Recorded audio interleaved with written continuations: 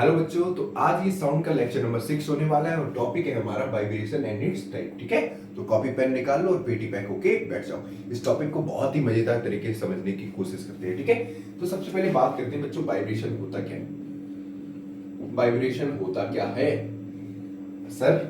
Exam time में जो डर लगता है वही वाइब्रेशन होता है। मैं उस वाले वाइब्रेशन की बात नहीं कर रहा हूं, मैं वाइब्रेशन की बात करता हूं जब कोई पार्टिकल्स, बच्चों ध्यान से सुनो, डेफिनेशन तो आपको मिल जाएगी। पार्टिकल्स क्या करते हैं? टू एंड फ्रो मोशन करते हैं। ठीक है, टू एंड फ्रो मोशन करते हैं, उसको बोलते हैं वाइब्रेशन। ठीक है, मतलब कोई पार्टिकल अपनी मेन पोजीशन से जब डिस्टर्ब होता है, मेन पोजीशन से क्या होता है? डिस्टर्ब होता है।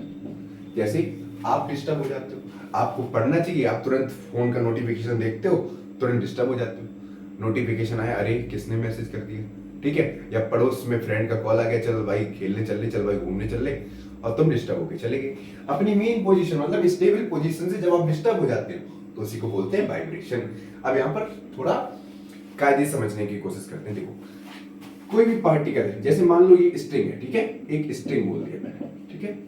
अब जैसे ही मैं इस पे फोर्स लगाऊंगा, ठीक है, इस पे मैंने क्या दिया? फोर्स दिया। तो फोर्स देने से ये ऐसे ऐसे ऐसे ऐसे डिस्टर्ब हो गई, होगा या नहीं होगी? तो ये पार्टिकल का, अब यहां पे देखना, up down, up down, up down. अब पार्टिकल के यहां जो मोशन है वो अप डाउन मोशन भी है, तब भी इसको बोलेंगे क्या? वाइब्रेशन बोलेंगे।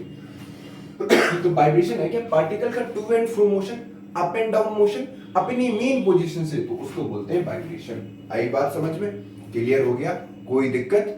जब कोई पार्टिकल अपनी मेन पोजीशन से डिस्टर्ब हो जाता है, टू एंड फ्रो मोशन करता है, मतलब आगे पीछे जाना या अप डाउन जाना, तो उसको बोलते हैं वाइब्रेशन।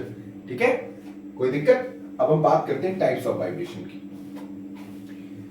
मजा आ रहा है ना? हाँ सर, फील तो आ रहा है। ठीक है, फील लो फिर। अब बच्चों बात करते हैं, एक मिनट, थोड़ा बोर्ड गीला है, एक मिनट होना। हाँ, अब बात करते हैं टाइप्स ऑफ वाइब्रेशन पे। ठीक है, टाइप्स ऑफ वाइब्रेशन। तो बच्चों पहला आता है इसमें नेचुरल वाइब्रेशन। अरे कर दिया डिस्टर्ब। नेचुरल वाइब्रेशन सर ये क्या होता है? नेचुरल का मतलब होता है बिना किसी एक्सटर्नल फोर्स के। ठीक है, इसको बोल दो झनकार। ठीक है, हिंदी में लिखते हैं झनकार। ठीक, मतलब कोई ऑब्जेक्ट, ध्यान से सुनना, नेचुरल वाइब्रेशन को समझाने की कोशिश कर रहा हूं। जब कोई ऑब्जेक्ट बिना किसी एक्सटर्नल फोर्स के, ठीक है, वाइब्रेट करता है, तो उसको बोलते हैं हम नेचुरल वाइब्रेशन। से बता रहा हूं, जब कोई ऑब्जेक्ट बिना किसी एक्सटर्नल फोर्स के अपनी खुद की एनर्जी से वाइब्रेट करता है तो उसको बोलते हैं नेचुरल वाइब्रेशन। इसमें लिख लो, ऐसे लिखो, जब कोई ऑब्जेक्ट खुद की एनर्जी से वाइब्रेट करता है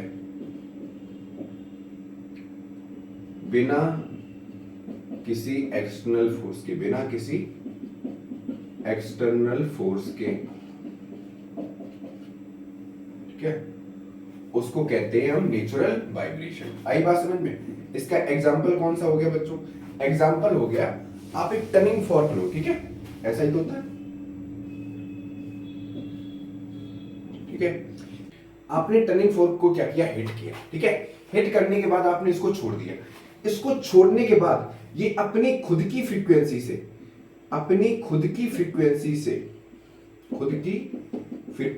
से ये क्या करेगा? वाइब्रेट करेगा, ठीक है, से वाइब्रेट करेगा। समझ में आ गया? मतलब जैसे आपने टर्निंग फोर्क है, ये देखो, ये टर्निंग फोर्क है, इसको मैंने हिट किया, हिट करने के बाद मैंने इसको छोड़ दिया। अब ये खुद की फ्रीक्वेंसी से, खुद की एनर्जी से ये क्या करेगा? वाइब्रेट करता चला जाएगा। समझ में आया? इसी को बोलते हैं हम नेचुरल वाइब्रेशन। क्लियर हो गया? नोट करो, फिर आगे बढ़ते हैं। नोट करो फटाक से। मतलब इसमें कह सकते हैं कि इसकी फ्रीक्वेंसी कैसी होगी? फिक्स होगी, ठीक है, फ्रीक्वेंसी फिक्स रहेगी।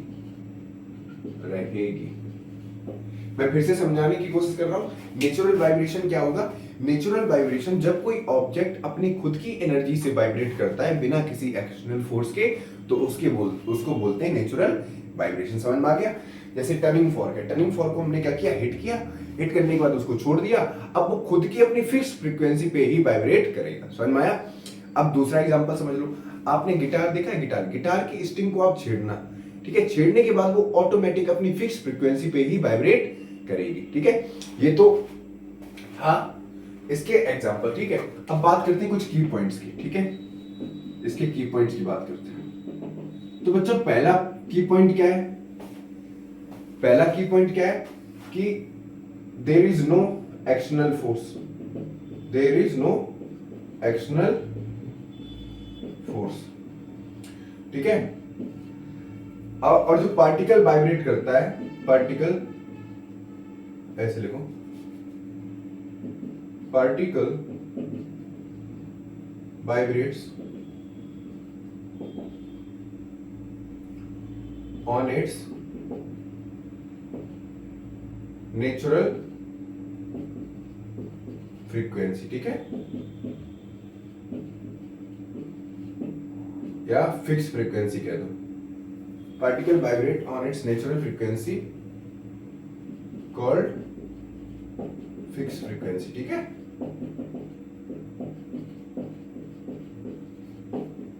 इतना समझ में आया बच्चों? सेकंड है इसी में डैम्प्ड वाइब्रेशन, डैम्प्ड वाइब्रेशन मतलब वाइब्रेशन टाइम के साथ स्लो होता चला जाएगा। इसमें लिख लो वाइब्रेशन टाइम के साथ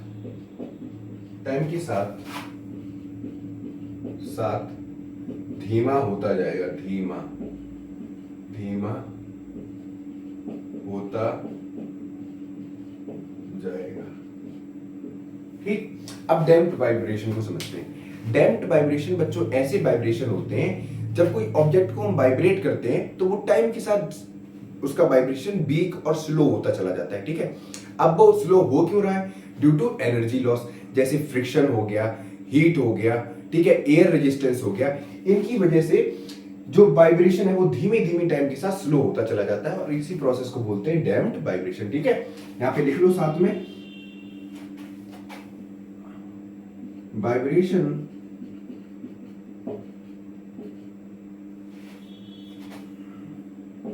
टाइम के साथ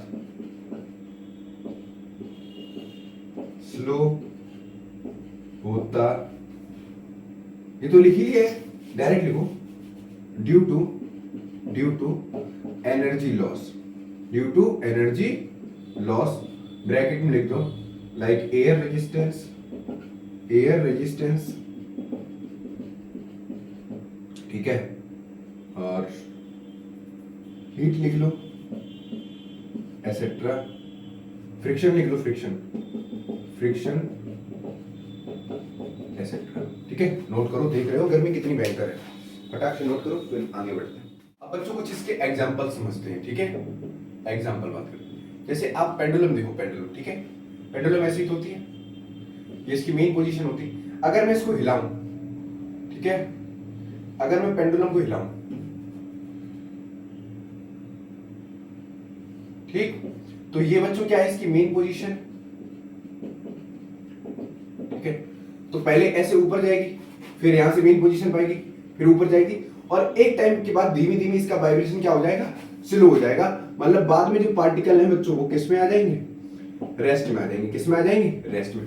तो इसका जो वाइब्रेशन है, डैम्प्ड वाइब्रेशन में पार्टिकल धीमी स्लो होता चला जाएगा। जैसे मैंने स्ट्रिंग लिया, इस स्ट्रिंग को मैंने ऐसे फोर्स अप्लाई किया, तो ये अभी तो बहुत तेज हिलेगी, धीमी ये वाइब्रेशन क्या हो जाएगा? कम होता चला जाएगा। मतलब जो एम्पलीट्यूड है, ठीक है, एम्पलीट्यूड जो है बाद में धीमी टाइम के साथ क्या हो जाएगा? डिक्रीज हो जाएगा, ठीक है, डिक्रीज हो जाएगा, मतलब एक पॉइंट पे जीरो हो जाएगा। आई बात समझ में? तो डैम्प्ड वाइब्रेशन में क्या होगा? पार्टिकल का जो मोशन है वो धीमी पहले तो तेज होगा, फिर धीमी स्लो होता चला जाएगा, और एक पॉइंट पे उसका एम्पलीट्यूड कितना हो जाएगा? जीरो हो जाएगा। क्यों? क्योंकि पार्टिकल मेन पोजीशन पे आ जाएगा, ठीक है। आई बात समझ में? कोई दिक्कत? ठीक। दूसरा एग्जांपल तुम ऐसे समझ लो, कि जो गिटार होती है, ठीक है, ठीक, गिटार की स्ट्रिंग को आप बजाओ, फिर पहले साउंड तो तेज आता है, फिर धीमी धीमी साउंड धीमा होता चला जाता है। समझ में आ गया? क्लियर हो गया? तो उसको बोलते हैं डैम्प्ड वाइब्रेशन। क्लियर हो गया? ठीक है, अब इसके कुछ की पॉइंट्स भी समझ लेते हैं। पहले की पॉइंट्स देखिए। की पॉइंट्स,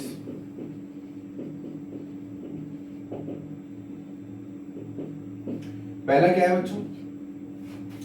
वाइब्रेशन टाइम के साथ स्लो होगा, ठीक है, टाइम के साथ स्लो होता जाएगा। मतलब एम्पलीट्यूड बाद में, एम्पलीट्यूड क्या होगा? डिक्रीज होगा, ठीक है, एम्पलीट्यूड क्या होगा? डिक्रीज होगा, ठीक। सेकंड पॉइंट क्या है? जैसे जो वाइब्रेशन स्लो हो रहा है वो किस कारण से हो रहा है? ड्यू टू एनर्जी लॉस, ठीक है। जो वाइब्रेशन जो डिक्रीज हो रहा है किस वजह से हो रहा है?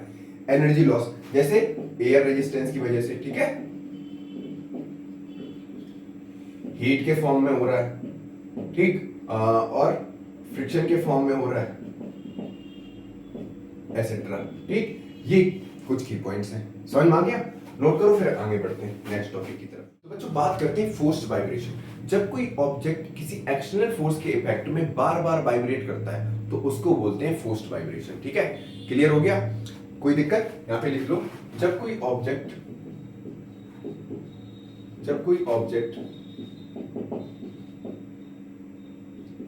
किसी एक्सटर्नल फोर्स के इफेक्ट में बार बार वाइब्रेट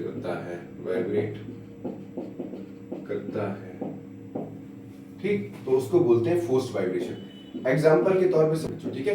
तो फर्स्ट एग्जांपल है, आप सभी ने लाउड स्पीकर तो बजाया ही होगा, ठीक है। आपने बहुत सारे लाउड स्पीकर देखे होंगे, गलियों से निकलते हैं, तो वो क्या करता है? बॉडी वाइब्रेट करने लगती है। कौन सी बॉडी वाइब्रेट करने लगती है? लाउड स्पीकर है, ठीक है, और उसके आसपास की जो भी ऑब्जेक्ट्स रखे हैं, ठीक है, वो वाइब्रेट करना शुरू कर देते हैं। कर देते हैं, नहीं कर देते? दूसरा एग्जांपल समझ लो, कभी कभी आपने देखा होगा कि ट्रक जाता होता है सड़क से और वो अचानक से टायर उसका फट जाता है, तो एक बहुत धम से आवाज आती है, आती है नहीं आती? तो वो वाइब्रेशन भी क्या है? फोर्स्ड वाइब्रेशन है। समझ में आ गया? वो तो अक्सर आपने देखा होगा। तीसरा एग्जांपल समझ लो, जब गिटार की स्ट्रिंग को हम बजाते हैं, ठीक है, जब गिटार की स्ट्रिंग को हम क्या करते हैं? वाइब्रेट करते हैं, तो पूरी गिटार की बॉडी भी वाइब्रेट करना शुरू हो जाती है। उसी को बोलते हैं हम फोर्स्ड वाइब्रेशन। बात समझ में आई यहां तक?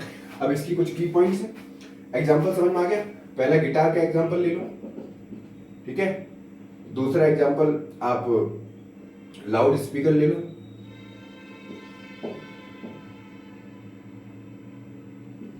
ठीक है। तीसरा ट्रक टायर एग्जांपल ले लो, ठीक। ये इसके एग्जांपल हो गए। अब कुछ बात करते हैं इसकी की पॉइंट्स की, ठीक है, की पॉइंट्स की बात करते हैं। तो पहला की पॉइंट बच्चों क्या है इसमें? Vibration depends on external source, ठीक। दूसरा, फ्रीक्वेंसी ऑफ वाइब्रेशन, अभी मैं समझा रहा हूं, ठीक है, वो किसके बराबर हो जाता है? Frequency of the external force की, frequency of the external force. तो ये तो आपको पता है कि जो वाइब्रेशन है, फोर्स वाइब्रेशन में किसी एक्सटर्नल सोर्स पे डिपेंड कर रहा है, लेकिन जो फ्रीक्वेंसी ऑफ वाइब्रेशन है उस ऑब्जेक्ट की फ्रीक्वेंसी ऑफ वाइब्रेशन, ठीक, जो एक्सटर्नल फोर्स की वजह से वाइब्रेट कर रहा है, जैसे लाउड स्पीकर है, ठीक है, उसकी वजह से टेबल वाइब्रेट करने लगे या टेबल पे रखी हुई चीजें वाइब्रेट करने लगी, तो external frequency of the external force वो स्पीकर हो गया, फ्रीक्वेंसी ऑफ द वाइब्रेशन वो ऑब्जेक्ट हो गया। बात समझ में आई या नहीं आई? क्लियर हो गया? इसको नोट करो, फिर आगे बात करते हैं। ये तो पूरा था वाइब्रेशन के बारे में, ठीक है। अब जो नेक्स्ट टॉपिक डिस्कस करेंगे वो करेंगे रेजोनेंस, ठीक है बच्चों। अब हमारा नेक्स्ट टॉपिक है रेजोनेंस, ठीक है। ये बहुत ही इंपॉर्टेंट है एग्जाम पर्पस से, तो इसको अच्छे से समझने की कोशिश करते हैं, ठीक है। तो रेजोनेंस का मतलब क्या होता है? रेजोनेंस का मतलब होता है परफेक्ट तालमेल। अब परफेक्ट तालमेल मिलता कैसे? देखो ध्यान से सुनो, कोई ऑब्जेक्ट है, ठीक है, और वो ऑब्जेक्ट क्या कर रहा है? वाइब्रेट कर रहा है। बड़ा नॉर्मल तरीके से समझने की कोशिश करते हैं। कोई ऑब्जेक्ट है, वो ऑब्जेक्ट क्या कर रहा है? वाइब्रेट कर रहा है। अब जब ऑब्जेक्ट वाइब्रेट करेगा तो उसकी फ्रीक्वेंसी होगी, ठीक। जब ऑब्जेक्ट की फ्रीक्वेंसी उसकी नेचुरल फ्रीक्वेंसी से मैच हो जाए, मतलब जो ऑब्जेक्ट वाइब्रेट कर रहा है वही फ्रीक्वेंसी उसकी नेचुरल फ्रीक्वेंसी से मैच हो जाती है, तो उसको बोलते हैं रेजोनेंस। ठीक है, और इस टाइम पे होता क्या है, सडनली जो वाइब्रेशन होता है वो बढ़ जाता है। ठीक है, इंक्रीज हो जाता है, इंक्रीजेस। मैं फिर से समझाने की कोशिश कर रहा हूं। रेजोनेंस इफेक्ट का मतलब होता है तालमेल। ठीक है, मतलब कोई ऑब्जेक्ट वाइब्रेट किया, ठीक, अब वाइब्रेट करने के टाइम पे जो उसकी फ्रीक्वेंसी है उस ऑब्जेक्ट की नेचुरल फ्रीक्वेंसी से मैच कर गई, तो उस टाइम पे क्या होगा, जो वाइब्रेशन है वो बढ़ जाएगा, और उसी फिनोमेना को बोलते हैं रेजोनेंस इफेक्ट। एग्जांपल के तौर पर समझ लो, एक टर्निंग फॉर्क लिया और मैंने उसको वाइब्रेट किया, और उसके पास वाला टर्निंग फॉर्क जो मैंने टच भी नहीं किया, जिसको छुआ भी नहीं, वो भी वाइब्रेट करना शुरू हो जाता है। किसकी वजह से? रेजोनेंस इफेक्ट की वजह से। दूसरा एग्जांपल समझ लो, आपने कभी कभार देखा होगा कि जो सिंगर है वो गाते हैं, ठीक है, कभी कभार नहीं, सिंगर हमेशा गाते हैं। कभी कभार देखा होगा कि जो सिंगर की आवाज है उससे ग्लास टूट जाता है। ऐसा क्यों होता है? जो सिंगर की वॉइस है उसकी फ्रीक्वेंसी उस ग्लास की फ्रीक्वेंसी से मैच कर गई, जिसकी वजह से ग्लास टूट गया। आई बात समझ में? क्लियर हो गया? मतलब कोई भी दो ऑब्जेक्ट की फ्रीक्वेंसी अगर मैच कर जाती है तो उसको बोलते हैं रेजोनेंस। ठीक है, आई बात समझ में? यहां तक कोई दिक्कत? आगे कंडीशन बता रहे, ठीक है, कंडीशन फॉर रेजोनेंस। ठीक, तो कंडीशन की बात करते हैं। तो सबसे पहले बात करते हैं एक्सटर्नल फोर्स। सबसे इंपॉर्टेंट पॉइंट, एक्सटर्नल फोर्स की फ्रीक्वेंसी किसके बराबर आ जाती है? ऑब्जेक्ट की नेचुरल फ्रीक्वेंसी से, ऑब्जेक्ट की नेचुरल फ्रीक्वेंसी से। ठीक है, अब दूसरी चीज, दूसरा इंपॉर्टेंट पॉइंट है बच्चों, मीडियम की भी रिक्वायरमेंट होगी। तो यहां पर मीडियम कौन सा रहेगा? मीडियम जैसे एयर हो गया। ठीक है, अब एयर से होता क्या है, मीडियम से एनर्जी ट्रांसफर होती है। ठीक है, एनर्जी ट्रांसफर होती है। दूसरा पॉइंट। तीसरा पॉइंट क्या है? डैंपिंग मिनिमम होनी चाहिए, डैंपिंग मिनिमम होनी चाहिए। ठीक, ये तो थे इसकी कंडीशन। अब बच्चों कुछ की पॉइंट्स की भी बात कर लेते हैं, ध्यान से सुनना। अब की पॉइंट्स की बात कर रहे हैं, इंपॉर्टेंट है। रेजोनेंस में बच्चों जो होता है, ध्यान से सुनो, रेजोनेंस में जो एम्पलीट्यूड है, एम्पलीट्यूड ऑफ पार्टिकल है, इंक्रीजेस। ठीक है, ये बढ़ जाता है। ठीक, जिसकी वजह से, ये पहला पॉइंट हो गया, जिसकी वजह से एनर्जी ट्रांसफर भी बढ़ जाता है, एनर्जी ट्रांसफर भी बढ़ जाता है, इंक्रीजेस। ठीक, दो की पॉइंट है, याद रखना। एक मिनट रुकना, गर्मी बहुत है ना। देखो, दो की पॉइंट है रेजोनेंस में। पहला की पॉइंट क्या है कि जो रेजोनेंस की वजह से एम्पलीट्यूड बढ़ जाता है। अब एम्पलीट्यूड बढ़ेगा तो displacement of the particle, amplitude है ना, डिस्प्लेसमेंट ऑफ पार्टिकल, जितना एम्पलीट्यूड ज्यादा होगा उतना ही लाउडनेस भी ज्यादा होगी। सिंपल सी बात है, क्योंकि एम्पलीट्यूड जो बच्चों है, एम्पलीट्यूड जो है वो डायरेक्टली प्रोपोर्शनल है लाउडनेस के। ठीक है, LOUDNESS, मैंने कुछ गलत तो नहीं लिखा? ठीक है, एम्पलीट्यूड डायरेक्टली प्रोपोर्शनल है लाउडनेस के, जिसकी वजह से एनर्जी ट्रांसफर भी बढ़ जाएगा। ये दो पॉइंट है रेजोनेंस इफेक्ट में, आपको जो याद रखने हैं। ठीक है, ये पूरा था रेजोनेंस इफेक्ट के बारे में।